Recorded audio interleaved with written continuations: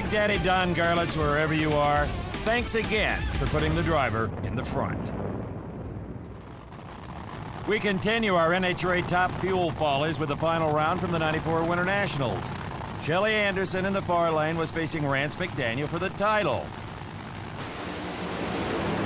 Rance smokes the tires, Shelly streaks to victory, but something bad happened en route.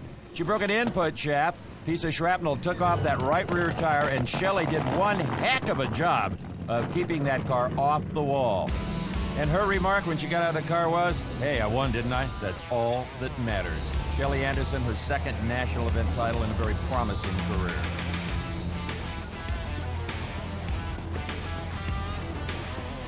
Five-time Winston champ Joe Amato demonstrated his abilities behind the wheel in the '94 Houston race. He begins to lose traction, smoking the big rear slicks when the right side tire lets go. Amato doing everything in his power to keep from hitting the wall or crossing the center line, which would mean disqualification, and his tricycle goes to the next round. A 13-year veteran, Amato knows the rules and certainly has the skills. Incredible. Now, here's the way it looked from the camera on board Amato's race car, from way up high on the wing.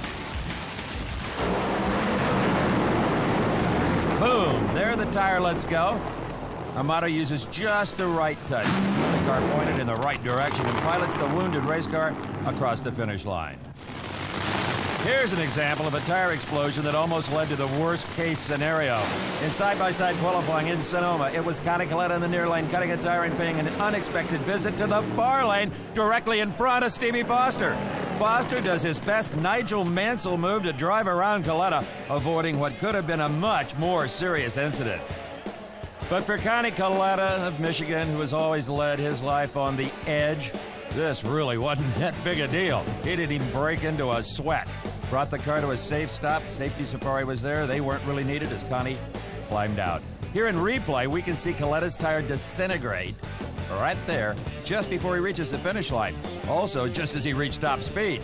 Without his left rear wheel and a damaged wing, Connie loses control of the car and it strays over in front of Foster. Foster has no real time to think about what to do next. He cuts the car to the left, avoiding contact with Kalitta, and then has to compensate to avoid hitting the near side wall. Stevie Foster did a heck of a job of staying away from I was really surprised, and I'm glad I seen him on the left-hand side when he come on around me. When we swapped over, I didn't have no control over it down there. You know what? In 1984, I ran a 5-liter Can-Am car here. I would have been proud of that move back then. Man, all I saw was him come across in front of me. I figured the only thing I'm going to do, if I went to the right, I was going to take us both out. So I just went to the left, unloaded the other parachute. Thank the good Lord. Is Connie okay? He's fine. That's all that counts. We can fix these two clunkers. That man is a piece of work. Have you ever gone somewhere and felt like you left something behind? Well, that's the feeling Doug Herbert had at The Rock in 1994. After a tremendous explosion, Herbert's car is left coasting down the quarter mile with half his engine block bouncing on the track behind him. The other half was left hanging over the side of the car, dragging on the racing surface. Doug Herbert was unharmed in the explosion, and the engine was nothing more than an expensive piece of junk. The worst I have ever seen.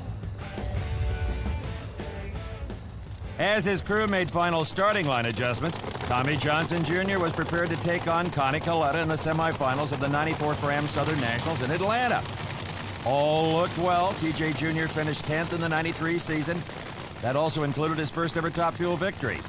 Here in Atlanta, though, Tommy was hungry for another win, and he had to get past Kalitta to reach the finals. In a truly bizarre turn of events, the Mopar Express Lube Special's entire rear end came out of the car before it had barely cleared the starting line. Tommy Johnson Jr. was uninjured, as you can see in this incident, and actually didn't even know he was missing the rear axle assembly until he climbed out of the race car and say, "Where'd it go?" In this rear angle replay, you can see Tommy smoke the tires at the launch, tries to recover, but then in the cloud of smoke, the right rear tire strips away, and the whole rear end takes a hike from the rest of the frame, much to the surprise of Tommy and the racing press staked out on the starting line. Scatter, boys.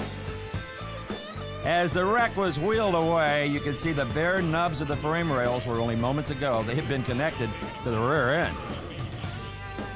Now, the last time we saw Joe Amato paired against Kenny Bernstein, Bernstein got the wild ride.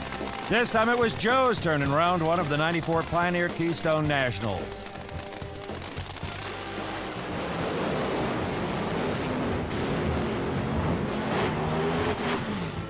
Amato fights a blown tire that almost puts him into the wall, then has to keep the car from crossing into the near lane and colliding with Bernstein. Joe manages to keep just enough of a grip on his tricycle race car to prevent a real catastrophe. Now, he expertly avoided the wall and Bernstein, but could not help clipping the timing device at the end of the track, disqualifying him from competition.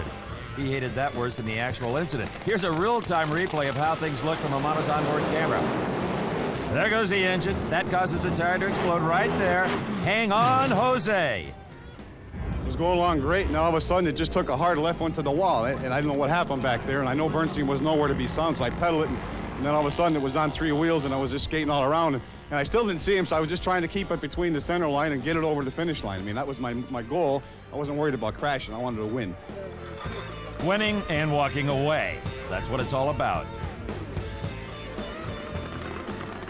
Remember Jack Ostrander's frame-breaking Top Fuel jackknife we saw earlier in this episode? Well, at the Chief Nationals in '94, our old pal Jack was in for another white knuckler.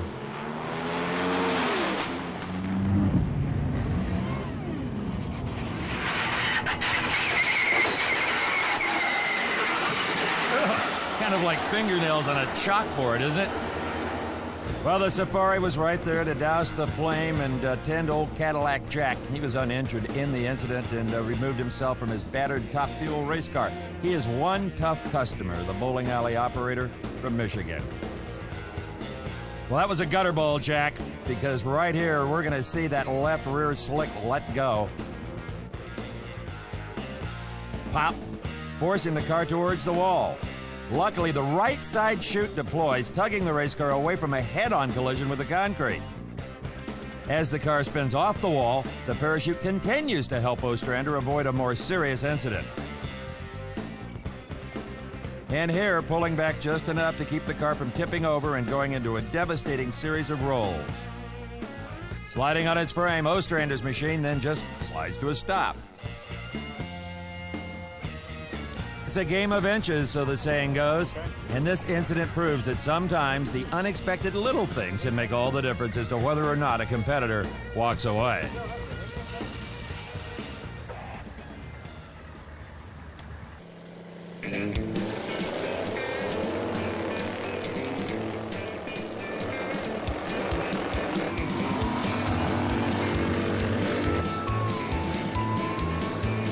Swamp buggy racing. Since 1949, the folks living on the outskirts of the Florida Everglades have been competing in this uniquely American motorsport. At the world-famous Mile of Mud in Naples, Florida, the swamp buggy racers go head-to-head for the title of King of the Swamp, and to take the traditional dip into the sippy hole with the beautiful Swamp Queen. We pick up the action at the 1993 Dr. Pepper Classic as Al Doria in his showdown machine leads the pack into the first turn. Doria takes it too hot into the corner and rolls the big swamp buggy.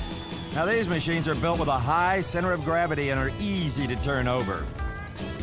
But other than a face full of Florida swamp water, Doria was okay. Now, here's a look from onboard the Fatal Attraction machine driven by Bonnie Jolly. She and her husband, Don, are both competitors in the sport, and in this heat, Bonnie is looking to go for the inside line and the shortest way around the course. She moves past the competitors on the outside and heads for the turn.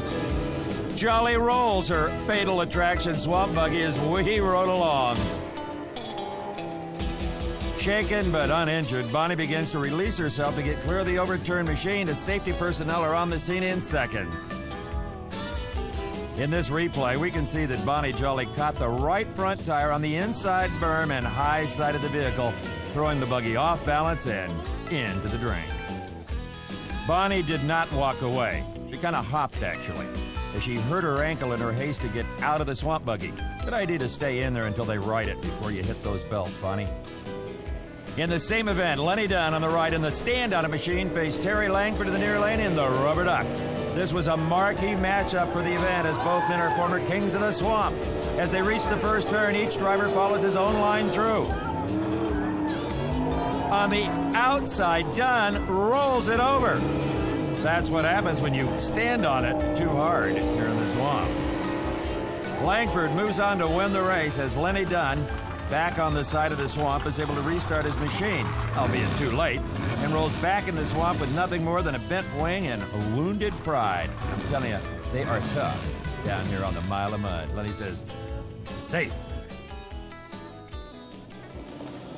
As we pick up with action on waters of the Unlimited Hydroplane Circuit, we see the crew of the Circus get a little heated up as pilot Dave Villwalk leaves the dock prior to the race. They were out of there. Former Rookie of the Year Nate Brown was in the cockpit of the Tide entry racing on the Columbia River in 1993 when he lost control of the race boat.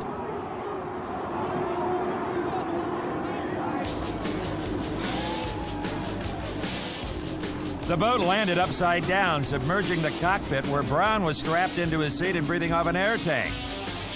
Here you can see in slow motion how hydroplanes can give gravity a bad name. Once the propeller is out of the water, the forward momentum is gone and the race boat cartwheels back into the river.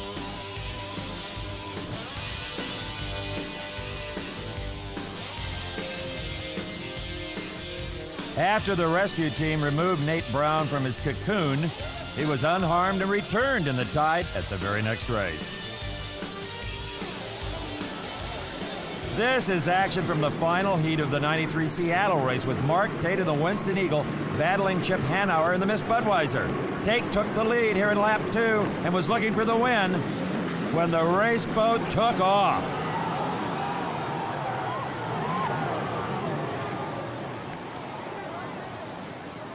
The boat came down right on top of the safety canopy, causing severe damage to the cockpit as well as the rest of the boat. Taking another look, we can see the Winston accelerate almost straight up off the water's surface. As the bottom of the hull catches the air, she flips over backward and impacts back into the water upside down. Judging by the look of the fractured cockpit, rescue workers on the scene, well, they expected the worst. Tate was knocked unconscious from the crash, but amazingly, he walked away with only bruises, a broken finger, and he lost a filling. Since the safety canopy became part of the Unlimited Hydroplane scene, not one driver's life has been lost. God bless the engineers. We wrap up our Thunderboat coverage with pilot Ken Dryden and his 3-point hydro Elan. In qualifying, Dryden and his race boat do an almost aerobatic loop-de-loop. The boat lands hard back on its hull, snapping off the front end of the cockpit. As you can hear, the crowd lakeside was stunned by this one. And in replay, we'll see this unique hull launch off the water like a fighter from a carrier deck.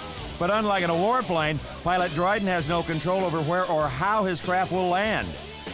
Unfortunately for Ken, this landing was a hard one. He had fractures in both legs, but was expecting to return to race in 1995.